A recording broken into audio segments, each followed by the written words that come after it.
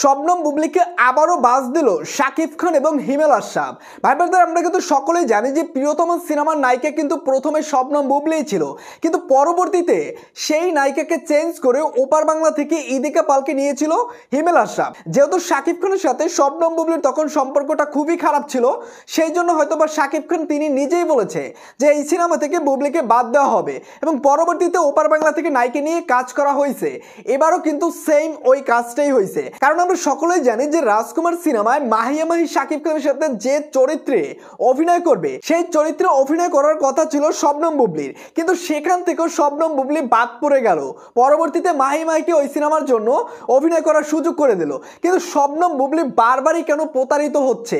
কারণ প্রিয়তমার সময় কিন্তু আমরা সকলেই জানতাম যে প্রিয়তমা সিনেমার নায়িকা হচ্ছে শবনম বুবলি, সেখান থেকেও বাদ পড়ে গেল।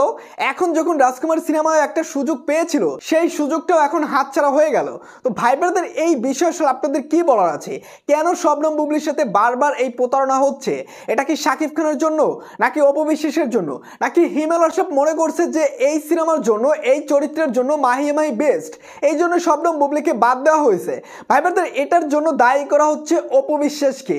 অপু বিশ্বাস নাকি এগুলো সব ষড়যন্ত্র করে এই শবনম বুবলিকে এই সিনেমা থেকে বাদ করে দিয়েছে, কিন্তু এটা আমার মনে হয় পুরোটাই হিমেল আশরাফ ভাইয়ের ইচ্ছার উপর হয়েছে। কারণ তিনি একজন ডিরেক্টর, তিনি কিভাবে ওই সিনেমাটাকে প্রেজেন্ট করবে সেটা তার বিষয়।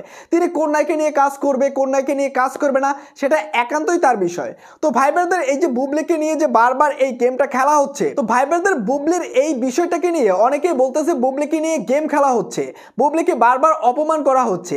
তো ভাই ব্রাদার, আপনাদের কি বলার আছে? এই যে বুবলির পরিবর্তে মাহিয়া মাহি, এই বিষয়টা আসলে আপনারা কিভাবে দেখছেন অবশ্যই কমেন্ট করে জানিয়ে দেবেন। আরেকটা বিষয়, আপনারা অনেকেই আমার ভিডিও দেখেন, বাট ভিডিওটি দেখার পর আপনারা চ্যানেলটি কেউই সাবস্ক্রাইব করে রাখেন না। কারণ আমি তো আপনাদের জন্যই ভিডিও বানাই, আমি তো আপনাদের জন্যই শাকিব খান, অপু বিশ্বাস এবং কি বুবলিকে নিয়ে কথা বলি। তাহলে আপনারা কেন চ্যানেলটি সাবস্ক্রাইব করবেন না? অবশ্যই সাবস্ক্রাইব করে পাশে থাকবেন।